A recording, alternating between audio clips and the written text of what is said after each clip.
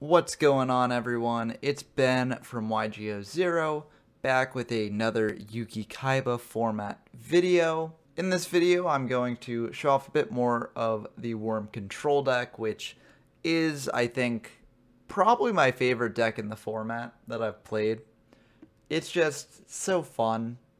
I love the Wicked Worm Beast, and this sort of playstyle is also very appealing to me. Not that Soul Control isn't fun or appealing to me, but like, I think this is a really cool and unique strategy. And so I always have a blast playing it. So I'm going to show off a bit more of it today. And while last video I showed off what this deck looks like at its best, this video I kind of want to show off some of the flaws of the deck, which we'll get into when we get into the duels. But before I dive into the duels, if you missed my last video, which really dove deep into the explanation of the deck and what its strategy is, let's just do a quick deck breakdown before we start. So basically the goal of this deck is to clear your opponent's field and keep attacking in with the Wicked Worm Beast for extra damage each turn, and dodging your opponent's removal, because Wicked Worm Beast can basically only be killed by Trap Hole and Man-Eater Bug. So you're likely able to keep Wicked Worm Beast around in your hand for pretty much the entire game and get in a lot of damage over the course of that game.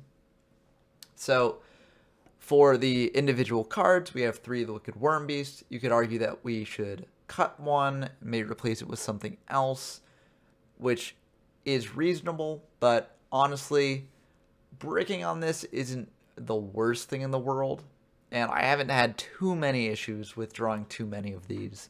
Although you may see issues with drawing too many of these come up in the duels that you're about to see. Slight spoilers, but it might happen. We also have 3 Login, 3 Battleox, 3 Neo. These are the premier level 4 beaters of the format. Level 4 monsters with the highest attack in the format, so pretty much every deck runs 3 copies of each of these, and they can act as tutor removal, clearing your opponent's monsters, and just giving yourself board presence while you have the Wicked Worm Beast in hand. We also have 3 Man-Eater Bug to act as removal on our opponent's turn. We have 3 Wall of Illusion to bounce our opponent's monsters back to the hand so we can hit in with something like Wicked Worm Beast. Wall of Illusion can also serve as just a defensive wall if we really need to stall for time. We just have a monster our opponent can't easily get over, so it's good in that regard as well. We also have a Summoned Skull to pair with our Change of Heart. Even though we're not Soul Control, this combo is still pretty good, and so we like to pull it off if we can, because removal, that gives us a monster on field. But even if we can't pull off the combo, just having an extra Summoned Skull in deck can be useful for some situations, so it's good to have. And then moving on to the other spells, we of course have our other powerful limited spells, Dark Hole, Monster Reborn, Pot of Greed, Raigeki, all just incredibly good. We have 3 Fisher to act as removal. We have 2 Sword of Revealing Light to stall our opponent for a bit. We have, for the traps, 3 Reinforcement, 3 Trap Hole, 3 Waboku, which is the standard lineup of traps, just Trap Holes removal. Reinforcements also kind of removal that can get in a bit of extra damage. And Waboku is defensive, and you can protect your life points and your monsters with it. And we also have 2 Ultimate Offering to enable us to set Wall of Illusions and Man-Eater Bugs during our opponent's battle phase, which can help them avoid removal, and also to enable us to potentially get out more than 1 Wicked Worm Beast in a turn, and just keep getting in for even more damage at the cost of just 500 life points. Just like with Wicked Worm Beast, you could argue that there should be more of this card or less of this card in the deck. I'm personally okay with 2 copies of it. It can brick occasionally, but it's less bricky than having 3, and you really do want to see this card, so I think you should have more than 1. For the side deck, we have 3 Trap Master to deal with opponents' decks that rely heavily on Ultimate Offering. We have 3 Great White if we want to get a bit more aggressive while maintaining a field presence. And we also have 3 Giant Soldier of Stone, 2 Summon Skull, 2 Soul Exchange to side into more of a soul control deck, which can be better in some matchups than this worm control deck is. We have a D-Spell in case our opponent's playing more of a stall deck that relies heavily on Swords of Revealing Light, or if they're just setting spell cards often. And we also have 1 Ultimate Offering. This can be in case we don't think our opponent has a good matchup against this sort of deck and we want to lean more heavily into the Ultimate Offering side of the strategy. It can also just be against, like, if our opponent is going to side in Trap Master, you know, having an extra Ultimate Offering can enable you to have access to the card more often if your opponent does snipe an Ultimate Offering with that Trap Master. This card can be good to bring in games 2 and 3. But that's going to do it for the deck breakdown. Now let's just dive right into the duels.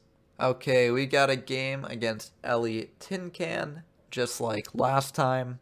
I promise I've played this deck against more than one opponent, but Ellie is a very good duelist, a very active duelist, so you'll probably see a lot more of my duel replays with them in the future. But let's dive into the game. So we're going first, and this is not a terrible hand. It's kind of unfortunate we don't have any trap cards, but we do have Battle Axe and Login, which are 2 pretty good beaters. We have a Swords of Revealing Light if things go sideways, and we have a Fissure to act as removal. So this is not the worst hand in the world. It's just not necessarily what we want to see. We're going to bring out a Battle Axe, set 3 and pass. You could argue that we should have brought out the Login, because if they attack into the Battle Axe with a Login, then we won't really be able to counteract that. But, you know, if they have a Fissure, then we don't want to lose the Login right away. So they're going to bring out a Neo. That's fine with us.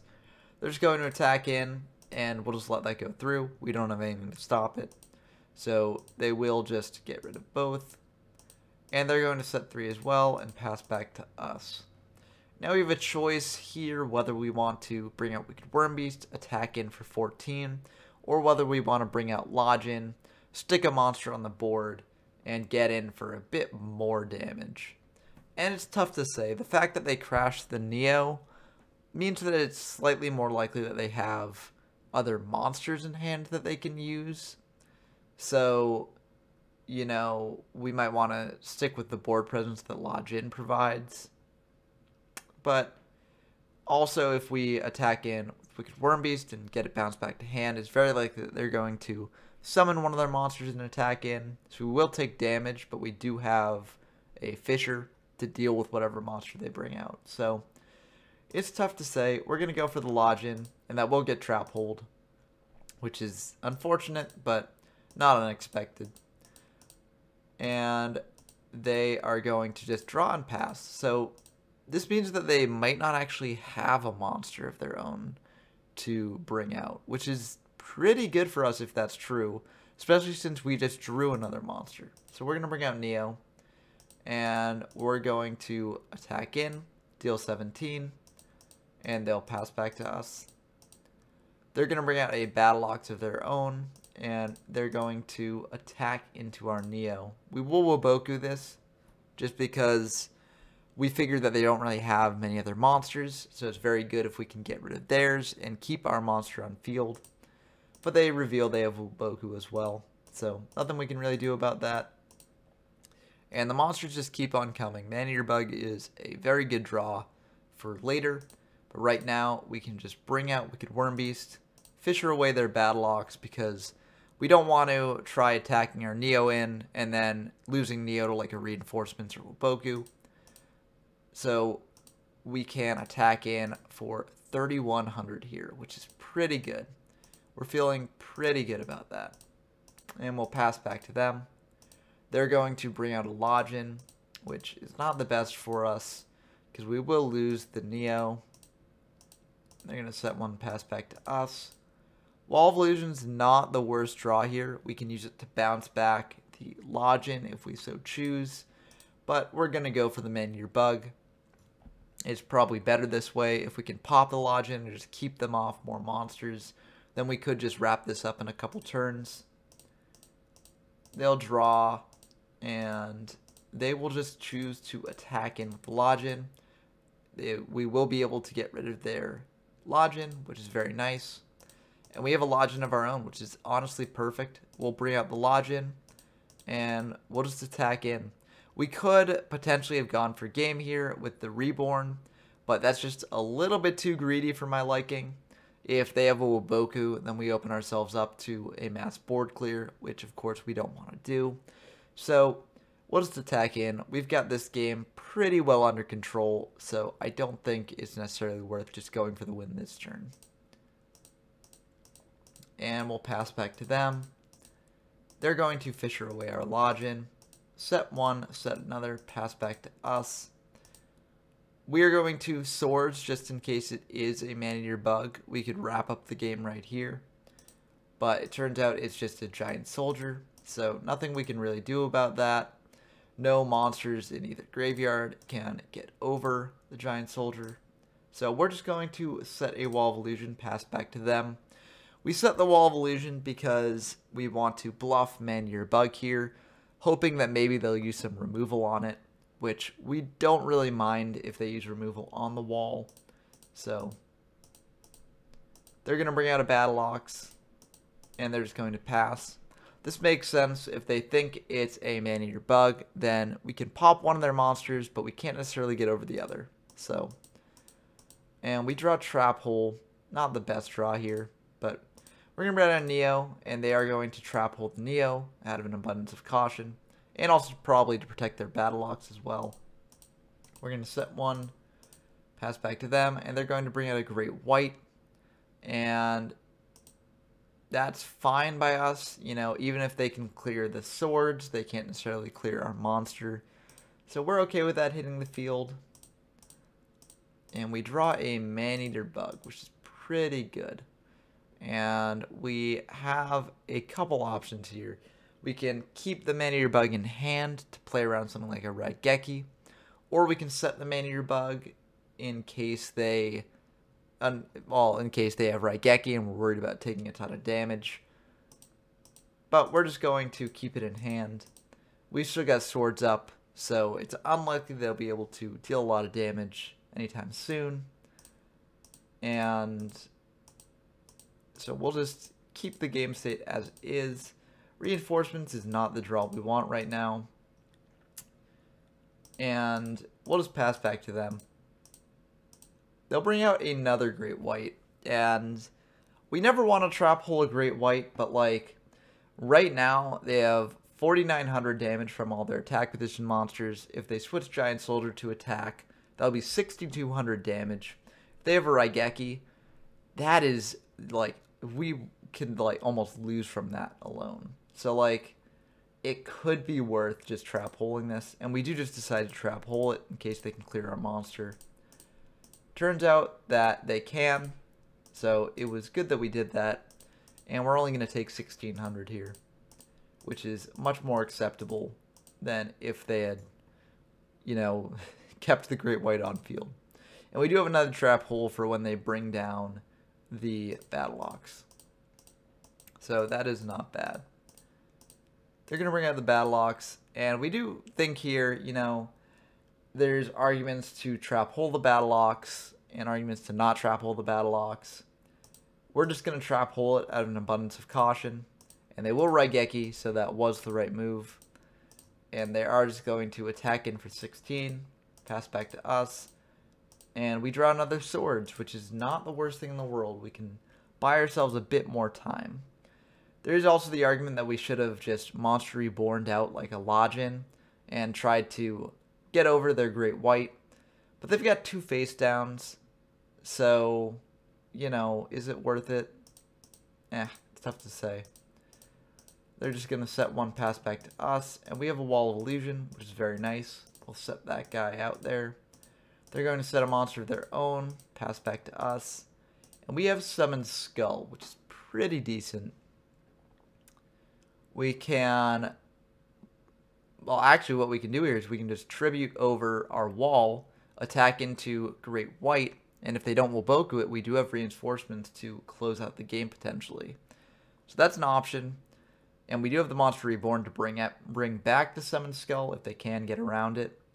So it depends on how aggressive we want to go.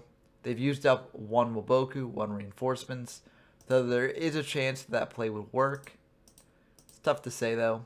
We're just going to do the save option, summon out Wicked Worm Beast, attack into their set, and they will pop our Wicked Worm Beast so we don't get the value of having that in hand. They're going to set another, pass back to us, and Pot of Greed's a very good draw here. That is an extremely good pair of cards to draw. Now we can summon out Battle Ox. We can try attacking into the Great White. And they'll do reinforcements. We will do our reinforcements, so we will be able to get over Great White. And we'll just pass back to them. We could Fisher here, but we might as well save it for later. Because, you know, they don't have Raigeki, and we don't want to make them have an easy Dark Hole here. So, they'll Change of Heart our set monster. They'll see its wall. They'll flip up the wall. And they will attack into Battle Ox. Now, this will not return the Battle Ox to our hand, because wall only triggers when it is attacked. But this will clear the wall from our field. So, it will get rid of one of our monsters, which is nice. And they will be able to Fisher the Battle Ox to just clear our board entirely. And they'll pass back to us. And we can actually go for game here. So if we Fisher the Giant Soldier of Stone, and then reborn back a Wicked Worm Beast, then we can attack in for game, get the Wicked Worm Beast back in hand, so that way our opponent doesn't have a removal option there, and just have it continuously for attacking in, for poking in. So we have to think here though, because if they have an extra trap hole, then we'll just play into that. We'll have to summon our Wicked Worm Beast, and it will die to a trap hole. So there is also the argument for just bringing back like a Lodgin or something. But I do think the Wicked Worm Beast play is better. They have used up only 2 Fishers, but, you know, Lodgin dies to Dark Hole as well. Lodgin dies to Soul Exchange. Although if they're playing 2 Great Whites, that means that they may not necessarily be playing Soul Control deck. So it's tough to say. I think I should just go for the Worm though. But I do bring back the Lodgin just to play around Trap Hole. I will Fisher away their Giant Soldier, try and attack in for game. Set 1, pass back to them. And they do have the Dark Hole, so the Worm would have been able to dodge that. They'll bring out Ultimate Offering. Summon out Battle Ox and Lodgin. Get in for 3,500. And pass back to us. We do draw a Dark Hole of our own, which means that if we had done the Wicked Worm Beast play, we could have just won here, because we could have Dark Holed, summoned Wicked Worm Beast, attacked in for game. But, you know, hindsight's 20/20, so we didn't necessarily know that that was the right choice, and so we'll Dark Hole, clear their monsters, and just pray that they don't draw a monster to finish us off next turn. And unfortunately they do, so that is the end of the game. So I do think that we definitely misplayed here in getting Lodgin instead of the Wicked Worm Beast. It was safer to get the card that dodged more removal than the card that just dodged a single copy of Trap Hole. So, you know, hindsight tells us that we should have done Wicked Worm Beast, but it's tough to say in the moment, and this deck can be very tricky. Like, reborning Wicked Worm Beast is not the intuitive play there, because it leaves your field open. It only becomes clear that it's the right play when you actually check through their graveyard, see what removal spells your opponent has left to them, and just do the calculations on which is more likely, them having Trap Hole or them having a basic removal spell. And that's a calculation that doesn't necessarily come easy or intuitively. So you know, one of the major flaws of this deck is it is very, very tricky. And it gives you a lot of flexibility in what you do, but with that flexibility comes difficulty. So that is a good thing to consider if you want to play this deck. And I do think that is what did us in here. But that's game one. For game two, we know that they're on sort of an ultimate offering strategy that doesn't seem to be based around the Wicked Worm Beast. Seems to be based on using like Great Whites, maybe some other 1600 beaters. Maybe they're playing an Umi beatdown deck to pair with their Great White. But it's not quite clear what they're playing outside of Ultimate Offering. So for game two, I think the biggest important thing that we do, I think we probably side out the Wall of Illusions, side in Giant Soldiers of Stone instead, just because, you know, Wall of Illusion doesn't really do as much against this sort of deck. I think that maybe we could side in Trap Masters, but I don't think we do, because, you know, like, Ultimate Offering's a very good card for them, but it's not necessarily as integral to their strategy as it would be for a stall deck. So I don't think we side in the Trap Masters necessarily, although I could be wrong. And I think the major change we do is just siding out the walls and siding in the Giant Soldiers of Stone. But I also could be wrong about that. We shall see here. And we are going to go first again. And this is a... Oh, okay, this is a very good hand now. I was about to say, this is not a very good hand because it's just all monsters. But Ultimate Offering means that we can use our Maneater Bug essentially as traps during our opponent's turn. And so it can just... This hand is actually very, very good right now. So we're just going to bring out Login. We're going to set Ultimate Offering, and we're going to pass back to them. We don't really care too much if they use like a Fisher or something on this, as we can just bring out a Maneater Bug from our hand. So they're just going to set 2, pass back to us. We're going to bring out the Wicked Worm Beast, and we're going to try and go for it. It's a Wall of Illusion. Login will bounce back to hand. We will set a Trap Hole and pass back to them. As a note, we could have actually potentially just attacked in with Wicked Worm Beast here, because if that was a Maneater Bug, then I actually think that Wicked Worm Beast is the more desirable target to hit off of it. And if it was a 2k defender, our Login wasn't going to be able to get over it anyways. But that's tough to say. So, and I don't necessarily mind Login being in hand, because at least this way it dodges some removal. So it's not the worst. They're just going to sit on the wall and pass back to us. We're just going to set a Maneater Bug. Hopefully we can pop the wall with it. They're going to bring out a Battle Ox, and they're going to attack into the bug. We're going to clear the wall because we do have a way to clear the Battle Ox in hand. And they're going to set 1, pass back to us. We're going to bring out a Neo to attack the Battle Ox here, because if they have reinforcements or Wuboku, then we won't be able to clear the Battle Ox anyways. And at least this way, if they have reinforcements, then we won't lose our Login. So we are just going to bring out a Neo. We're okay crashing here as well, since we have the Ultimate Offering to follow up with it.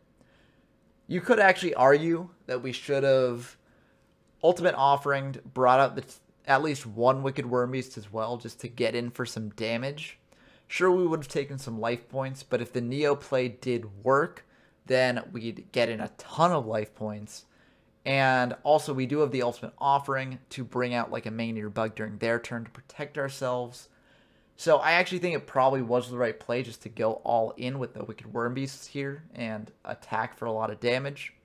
But again, hindsight's 20/20, and you won't necessarily know this stuff in the moment. They're going to set 1, pass back to us, and we're going to bring out the Login again. Just get in for some damage, or no, not get in for damage. Get in to try and see what that monster is. It is another wall, so that Login will bounce back to hand. We're going to set a Change of Heart as a bluff, pass back to them. They'll pass back to us. Reinforcements is very nice. It means that we can clear the wall potentially on our turn if they get rid of this bug. And they are just going to set and pass. We are going to bring out Lodgin. That does not get trap hold, which is very nice. We're going to Manual Bug, and we'll attack in for 2250. Again, I think we could have gone for Worm here, just because, like, it's free damage if it gets through. So, I think we probably should have gone for Worm, but it's tough to say. Hindsight, again, is 2020. They're going to set to pass back to us, and we're just going to bring out one Worm, and we're going to try and attack in. And we will reinforcements this. We will be able to get in for 1850, which is not bad. And we'll pass back to them. They're going to set another monster, pass back to us. And you can see that they sided into what seems to be a more defensive strategy against this deck, which is correct. This deck does have a lot of difficulty getting over a lot of defensive monsters since it only plays one Summoned Skull. So this was the right move to side into this sort of strategy against this deck. We are going to summon out Wicked Worm, attack in with Lodgin. We can't get over that, so we'll just pass back to them. They're going to bring out a Battle Ox. We're just going to trap hold that preemptively because they do have Raigeki. And we do draw another Lodgin. So we're going to bring out the Lodgin. And we're going to Fisher away the Giant Soldier. And so they preemptively take the 1800 because it's clear that we're going to attack in with the Lodgin.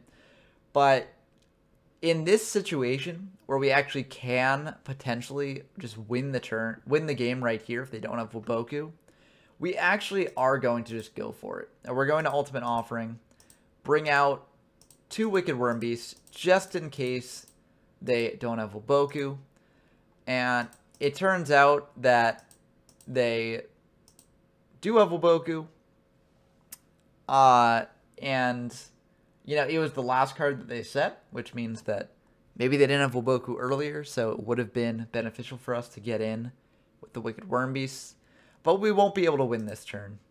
And actually, that's another reason to summon out more Wicked Worm Beasts. It's not just because we might have been able to, you know, win sooner, but also because they would have had to waste more Wabokus earlier in the game.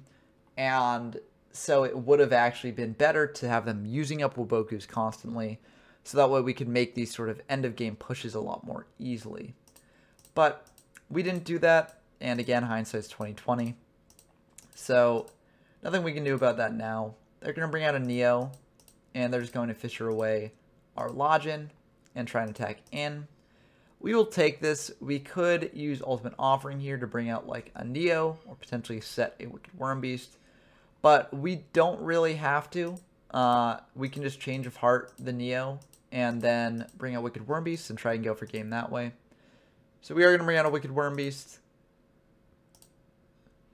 And we'll think for a bit here, just checking their graveyard, seeing what they got. We are going to pay 500, bring out another Wicked Worm Beast. And we are just going to Change of Heart, try going for game. But they reveal they have Ultimate Offering, so they will be able to get around that. And we will Swords here and chain to the Swords an Ultimate Offering. And what this does is, since we're activating Ultimate Offering at Chain Link 2 to summon out or summon Skull, this will actually let us dodge around Trap Hole and make sure our Summon Skull sticks to the landing. It doesn't necessarily protect it from a Fissure, and we do see that they do have 2 Fissures left, but it will protect it from Trap Hole, which is pretty good. So we'll do that. We'll get the Wicked Worm Beast back to hand. If they do have a Fissure, at least they can't get through our Swords, so that's not bad. They do have the Fissure there, and they'll pass back to us. And Pot of Greed's an incredibly good draw, and we draw incredibly well with it as well. So we'll bring out the Neo. We will Fissure away their monster, and we're just going to attack him with Neo, I guess. I guess we didn't want to commit more because we're getting pretty low on life points. And so we wanted to keep the Wicked Worm Beast in hand because it was likely that they'd have a monster to bring out with Ultimate Offering, but I still think we probably should have brought them out just in case. We're going to set one, pass back to them. They're just going to pass back to us. We're going to bring out a Wicked Worm Beast, and we'll bring out another Wicked Worm Beast. We're just going to attack in here. They do have a monster to bring out with Ultimate Offering, and it is a Man-Eater Bug, so we will lose that Worm Beast, and we will just get the Worm Beast back to hand at the end. They're going to Swords, pass back to us, and we have Giant Soldier of Stone, which is not bad. We can set that during their battle phase if they bring out a monster. They're just going to set one, pass back to us. We draw another Boku, pass back to them. They're going to bring out a Neo, and they are going to try and attack in. We'll pay 5, set the Giant Soldier. They're going to attack in with the Neo, and they will reinforcements that. And if you've been paying attention to just what their back row was and when they had it, the turns that we could have brought out the 2 Wicked Worm Beasts and attacked in for even more damage, they actually did not have a Boku set. So we could have actually just won the game a lot earlier if we had done that. Now, of course, again, hindsight's 2020. If they did have Boku, that would have stopped us from getting that damage. But again, as I said earlier, they would have been forced to use up the Bokus in those cases. So I do think that we greatly misplayed here. We didn't go aggressive enough when we had the Worm Beasts in hand. And since we didn't go aggressively enough, the 2 Wicked Worm Beasts that we had in hand were largely just bricks for the majority of the game, because we weren't using them to their fullest potential, right? So I think that this serves as a bit of a lesson that, you know, don't be afraid to use the Wicked Worm Beast when you got it. Wicked Worm Beast dodges a lot of removal, so generally, like, even if it does cost you life points to bring out, it generally is good to just be trying to leverage the value that it can give you. So don't be afraid of going all in with the Wicked Worm Beast, and learn from my mistakes here. So they are able to clear the Giant Soldier, but luckily we draw another Giant Soldier, and we will just pass back to them. They are going to check our graveyard just to see what we might have left, and we will set a Giant Soldier, and they will reinforcements again to get over it. Dark Hole is not the worst draw we could have. You know, we check to see what they've got. They have not used up any trap holes, which means we could just be walking to a trap hole here. So there's a debate about whether we actually Dark Hole or not. So we need to think about this. We will actually Dark Hole, and we will just bring out Wicked Worm Beast and try and attack in for damage here. They unfortunately have another monster, which means we can't really do anything about that. We don't want to attack into it because it's a Man-Eater Bug. We'll lose the only monster we have. And if it's a Defender, we can't get over it anyways. So we'll pass back to them. They'll set one, pass back to us. We draw a Man-Eater Bug of our own, which is pretty good. We are just going to try and hit into this monster. If it's Man-Eater Bug, then we want to use it up now, so that way we can potentially actually use our Man-Eater Bug and not just lose it to their Man-Eater Bug, but it does turn out to be a Defender, so we will take 600 here, pass back to them. They'll draw, they'll bring out Neo, we will trap hole that, and they will chain Ultimate Offering to the trap hole to summon out a Summon Skull, which is a very clever move that you can do with Ultimate Offering. This allows the Summon Skull to dodge trap hole while also preventing us from actually being able to use trap hole profitably on their monster, because, you know, it still goes to the graveyard, but they still get a monster anyways. So that's unfortunate on our part. We do have the Waboku if we want to use it, but we will just set the Man-Eater Bug. We'll pop the Summon Skull because that's the bigger threat, and we just have a Login. So we'll summon out the Login because we don't necessarily want to be using the Ultimate Offering to summon things, because we can take a fair amount of damage from that. And we'll pass back to them. They pass back to us. Reinforcements is a very good draw here. It enables Login to get over Giant Soldier. They're going to set another, pass back to us. We're going to bring out a Wicked Worm Beast, which will get trap hold, which is unfortunate. And we could, you know, attack into the giant soldier, use reinforcements, all that jazz. But we choose to save it, you know, just for a time when we can potentially capitalize on that more. We could Ultimate Offering to bring out Giant Soldier to potentially get them down to 100, but I don't think it's necessarily worth it. They're going to Change of Heart our Lojin, which is unfortunate, but we do have the Waboku to protect from that. So we'll get back the Lojin, and I think it might be worth just bringing out the Giant Soldier and trying to go for, if not game, just depleting their life points a lot here. But we're not going to do it for some reason. We'll pass back to them. Monster Reborn is a very good draw. We can Reborn their Summoned Skull, or our Summoned Skull. We do have a Summoned Skull in Grave. So we can Reborn a Summoned Skull and attack into the Giant Soldier. They've used up Raigeki, so this doesn't play around Dark Hole, but that's just one board removal, that mass board removal that they have, so we're okay doing this, and they will Waboku it. They do have the Dark Hole on field, which is unfortunate. They're going to bring out a Battle Ox. We'll pay 5, set the Giant Soldier, and they'll take 300. They'll set another, pass back to us. Reinforcements is rather good here, although we don't have any way to use it yet, but we'll just set it, pass. They're going to set another, pass back to us, and Battle Ox will give us a way to use it. So we look into their graveyard. We've seen that they've only used up 1 Trap Hole. So there is a bit of a debate here. You know, do we activate Swords and chain Ultimate Offering to it to protect our Battle Ox from Trap Hole and potentially enable us to get in for game? Because they've used up 2 Waboku. You know, we can crash Battle Ox into their Battle Ox if they have a reinforcement. We can get over it with our reinforcements and then attack in for game with Giant Soldier. If they have Waboku, we can just let our Battle Ox die. And even if our Giant Soldier stones an attack, we have 2 reinforcements to back it up. So that's not bad. And anyways, they can't attack. So there is that debate. And we have to think about this a bit. We will do this plan. And I think it is probably the best plan if we want to do this sort of thing. But we do play into something that is something that you have to keep in mind for these Ultimate Offering decks if you're playing them, and that's Just Desserts. And Just Desserts is a card that does not appear that often in the format, but when it does, it can be devastating.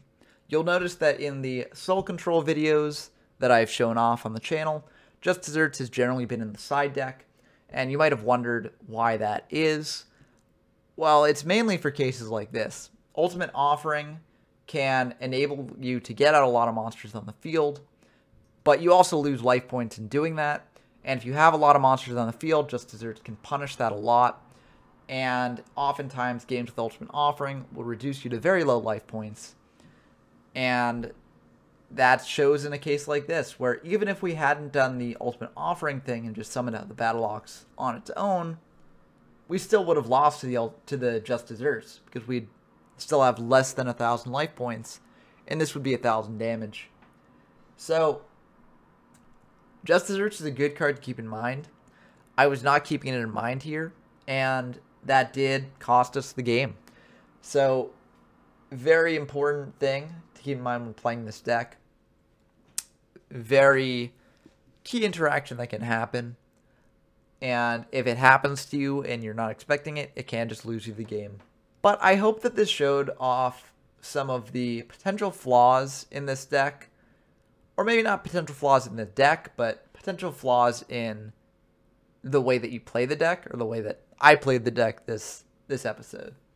Because I think that this deck actually could have won these 2 games if I just played it slightly differently. Like if I had gone a bit more aggressive with my Wicked Worms earlier on when I had them, instead of just treating them as bricks, basically, just cards I couldn't use, then I think we could have potentially taken this by just dealing so much damage to them early on that they wouldn't have been able to recover. And I think that if I had played the first game in reborning back the Wicked Worm Beast, then it would have been the safer play to make there. And even though my board was clear, it was very unlikely that they would have been able to amass lethal damage. And I would have been able to Dark Hole their monsters away, get in for damage on the next turn, and win that one as well. So, again, hindsight's 20/20. And in the moment, should I have made those plays? It's debatable. But I do think that this deck does have some unintuitive elements to it and can be difficult to play. And I think that those difficulties in play can make the deck maybe less good than it otherwise could be. But it also gives the deck, I think, a higher ceiling, a higher skill ceiling, and can enable the deck to do a bit more things than some other decks can. So I think that despite its difficulty, the difficulty is worth it. And it makes playing the deck really fun. Like, I really enjoy the difficulty that can come from it, even if you can occasionally lose through misplays. But that's going to do it for the video. I hope you enjoyed seeing some of the negative sides to this deck after the positive sides I showed off last video. I'm definitely planning on showing off this deck a lot more and showing off some of the other negatives the deck can have. For instance, bricking a bit harder on things like worms and ultimate offerings, because the deck can do that, even though it doesn't necessarily brick as much as Soul Control does. It can brick. And while we had effective bricks this game, you know, the deck does occasionally just legitimately brick, and you can't really do anything with it. So I will be showing off some of those sorts of games, but I think this video did a good job of showing off some of the other difficulties with the deck. So I hope you enjoyed it, and until next time, I've been Ben from YGO from Zero, signing off.